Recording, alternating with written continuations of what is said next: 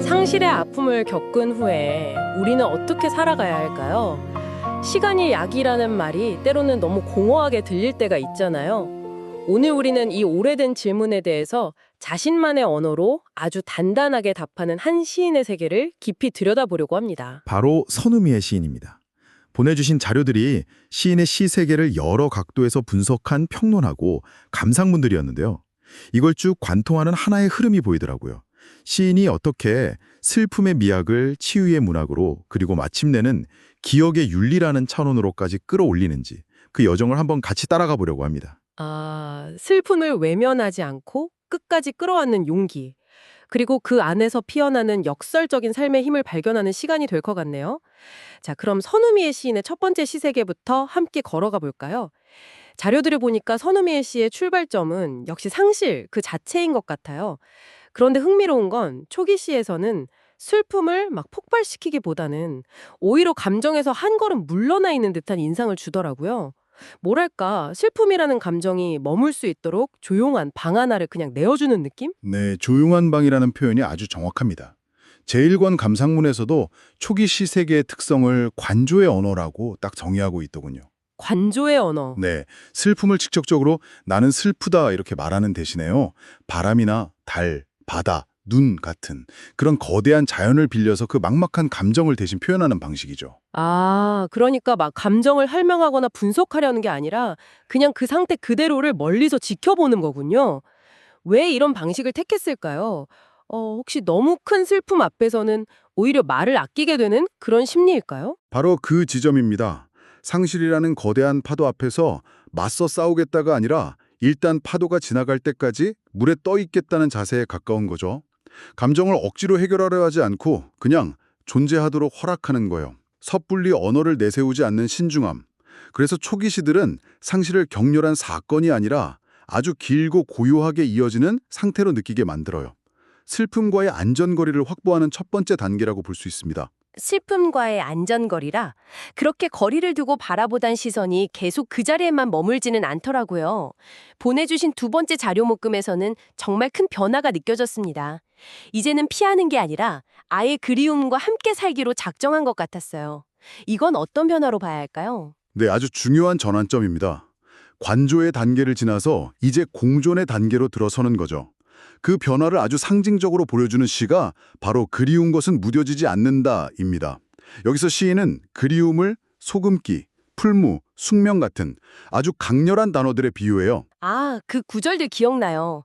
상처에 닿으면 더 쓰라린 소금기 같아서 또 뜨거운 불을 지피는 풀무 같아서 시간이 지나면 괜찮아질 거라는 그런 흔한 위로를 정면으로 반박하는 것처럼 들렸어요. 맞습니다.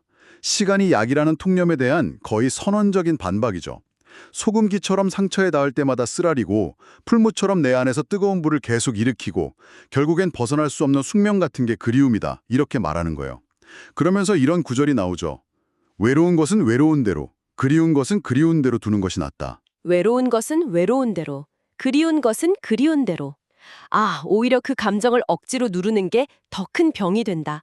오히려 질곡이 된다고까지 표현하더군요. 네, 그게 바로 공존의 윤리입니다. 애도를 끝내야 할 과제로 보는 게 아니라 삶의 일부로 받아들이는 거거든요. 애도의 종결이 아니라 애도의 지속을 선택하는 겁니다. 그리고 이 그리움이 아주 평범한 일상 속에서 불쑥 나타난다는 점이 정말 많은 독자들의 마음을 울리는 것 같아요. 맞아요. 저도 그 부분에서 가장 크게 공감했어요.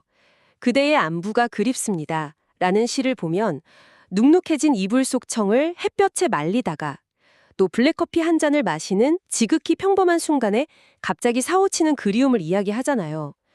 왜 하필 이렇게 사소하고 평범한 순간일까요? 오히려 더 특별한 정소나 기념일의 감정이 폭발할 것 같은데 말이죠. 아주 좋은 질문입니다. 사실 그게 바로 시인이 노리는 효과죠. 상실이란 게 기념일처럼 특별한 날에만 기억하는 이벤트가 아니라는 거예요. 오히려 햇살 좋은 날 이불을 터는 아주 평범한 순간, 습관처럼 커피를 내리는 그 순간에 툭 하고 심장으로 파고든다는 걸 보여주는 거죠. 그래서 선우미의 시는 섣부른 위로가 아니라 깊은 공감을 줘요. 너만 그런 게 아니야. 나도 그래. 이게 바로 삶이야. 라고 담담하게 말을 건네는 거죠. 정말 그렇네요. 심지어 커프 한 잔 할래 라는 시에서는 카톡 즐겨찾기에 남아있는 일을 보며 기다린다는 아주 현대적인 소재가 나와서 깜짝 놀랐어요. 저도 모르게 휴대폰 메시지 목록을 보다가 몇 년 전에 돌아가신 할머니와의 대화방을 한참 들여다본 적이 있거든요. 더 이상 답장이 오지 않을 걸 알면서도 지울 수도 말을 걸 수도 없는 그 막막한 느낌을 이 시가 정확히 짚어내는 것 같았어요. 네, 그 시는 기술이 아무리 발달해도 그리움의 본질은 변하지 않는다는 걸 보여주는 아주 탁월한 예입니다. 디지털 시대의 기다림이라는 구체적인 상황을 통해서 그리움이 과거의 추상적인 기억이 아니라 바로 지금 내 손안에서 벌어지는 현재 진행형의 감정이라는 걸 생생하게 보여주는 장치죠. 그렇게 그리움을 삶의 일부로 받아들이는 것만으로도 대단한데 시인은 여기서 한 걸음 더 나아가더라고요. 보내주신 제3권 감상문을 보면 제가 가장 충격받았던 문장이 나오는데 바로 시의 제목이기도 한 슬픔도 때로는 살아가는 이유가 된다였습니다. 슬픔이 어떻게 살아가는 이유가 될 수 있다는 건지 처음엔 잘 이해가 안 됐어요. 슬픔을 극복해야 할 장애물이 아니라 삶의 동력이자 기억을 지키는 힘으로 재인식하는 그야말로 역설적인 통찰입니다. 평론의 변석에 따르면 이런 의미예요. 내가 지금 슬픔을 느낀다는 것, 그 자체가 내가 살아있다는 증거라는 거죠. 그리고 더 나아가서 과거에 내가 누군가를 그만큼 깊이 사랑했다는 증거이기도 하고요. 그러니까 슬픔이라는 감정 자체가 중요한 게 아니라 그 슬픔이 가리키고 있는 사랑의 흔적, 삶의 증거에 방점을 찍는 거군요. 슬픔을 부정적인 감정으로만 보는 게 아니라 내가 진심으로 살았다는 훈장처럼 재정해야 하는 거네요. 그렇습니다. 그래서 이 시는 빠른 회복과 무조건적인 긍정을 강요하는 현대사회에 대한 조용한 반론처럼 읽히기도 합니다. 슬픔이 남아있어도 괜찮다. 삶은 충분히 지속될 수 있다. 오히려 그 슬픔이 삶을 더 깊이 있게 만든다고 말하는 거죠. 시에 이런 구절이 있잖아요. 깊이 슬퍼야 더 슬퍼지지 않는다. 감정의 밑바닥까지 끝까지 내려가 봐야 비로소 그것을 통과할 수 있다는 통찰을 보여줍니다. 슬픔을 끌어안는 이런 태도의 정점을 보여주는 시가 있었죠. 보내주신 자료들에서 여러 번 공통적으로 언급된 시, 내 눈물이 당신의 발목을 붙잡을까 하여. 이 시는 정말 읽는 내내 마음이 아리더군요. 네, 그 시는 선우미의 시 세계의 결정적 전환이자 완성을 보여주는 작품입니다. 시의 화자는 울고 싶지만 자신의 그 슬픔과 눈물이 이미 떠난 이의 발목을 붙잡을까 봐 염려해서 울음을 멈추기로 결심하죠. 이것은 감정을 억지로 억누르는 것과는 차원이 다릅니다. 어떻게 다른가요? 결국 울지 않기로 결심하는 건 같은데 말이죠. 동기가 다르죠. 이건 나를 위한 억압이 아니라 상대를 위한 사랑의 마지막 실천입니다. 평론에서는 이걸 절제의 윤리라고 부릅니다. 내 감정을 표출할 권리보다 떠난 이의 자유와 평안을 더 존중하는 성숙한 선택이죠. 사랑이 감정의 폭발이 아니라 책임감 있는 선택으로 승화되는 순간입니다. 내가 슬퍼할 권리보다 떠난 이의 평안을 먼저 생각하는 마음이라 사랑의 가장 이타적인 형태일지도 모르겠네요. 그러면서도 시의 마지막에 당신 생각은 항상 켜놓겠습니다 라고 다짐하잖아요. 슬픔은 절제하지만 기억은 놓지 않겠다는 약속, 그 균형을 찾아가는 과정이 정말 대단하게 느껴졌습니다. 맞습니다. 이 지점에서 시인은 상실을 겪은 개인을 넘어서 사랑의 본질을 사유하는 윤리적 주체로 거듭나는 거죠. 이 시인의 세계를 더 깊이 이해하려면 우리가 꼭 짚고 넘어가야 할 상징이 하나 있더라고요. 여러 평론에서 공통적으로 지적하고 있는 바로 오리입니다. 네, 오리는 시인의 감정을 대신 표현하는 아주 중요한 장치입니다. 문학평론에서는 이런 걸 객관적 상관물이라는 조금 어려운 용어로 부르는데요. 객관적 상관물이요? 그게 조금 어려운데 쉽게 설명해 주실 수 있을까요? 그럼요. 쉽게 말해서 시인이 나 외로워라고 직접 말하는 대신에 왠지 쓸쓸해 보이는 오리 한 마리를 독자에게 보여주면서 그 감정을 대신 전달하는 기법이라고 보시면 돼요. 시인의 감정이 이 오리라는 대상에게 옮겨가서 대신 말을 해주는 거죠. 예를 들어서 시 오리의 고독에서 오리는 혼자였다 라는 구절은 곧 나는 혼자였다 라는 고백처럼 읽히는 것처럼요. 아, 이제 확실히 이해가 되네요. 그리고 그 오리라는 상징이 가장 아름답고 아프게 구현된 시가 바로 대표 시 중 하나인 호수를 베고 잠들다인 것 같아요. 겉으로는 평화롭게 호수를 유영하는 오리의 모습이 그려지는데 그렇죠. 하지만 시인의 시선은 그 평화로운 표면 아래를 향합니다. 물밑에서 쉴 새 없이 움직이고 있을 그 작은 발길질을 상상하는 거죠. 그리고 그 모습에서 겉으로는 늘 평온해 보였지만 남몰 수많은 수고와 아픔을 감내해야 했던 어머니의 삶을 발견합니다. 겉으로 보이는 평온함과 그 아래 감춰진 고단함, 그 연결고리가 정말 가슴 아프면서도 놀라웠습니다. 오리가 단순히 호수에 떠 있는 새가 아니라 어머니에 대한 그리움과 이해로 들어가는 문이 되는 거군요. 맞습니다.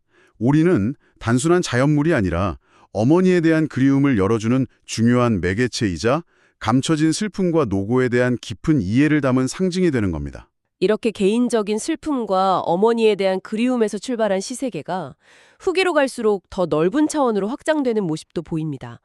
보내주신 자료를 보니 신앙이 중요한 역할을 하는 것 같더군요. 네, 맞습니다. 한 평론에서는 시집 마른 꽃 편지에서 드러나는 죽음과 같은 고통을 기독교적인 십자가의 영성으로 해석합니다. 모든 것이 끝나버린 듯한 절망의 상태를 십자가의 고통에 빗댄 거죠. 그리고 그 이후에 나온 그림 시집 솜솜이 사모하여 꽃이 되는 소리에서 발견되는 희망을 부활의 영성으로 연결합니다. 아, 십자가의 고통에서 부활의 희망으로 나아가는 서사군요. 가장 어두운 곳에서 가장 밝은 빛을 발견하는 과정이네요. 그렇습니다.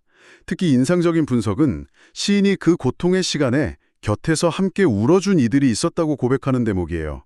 그리고 그들에게 이제는 눈물꽃 대신 웃음꽃을 피워서 화답하고 싶다고 말하죠.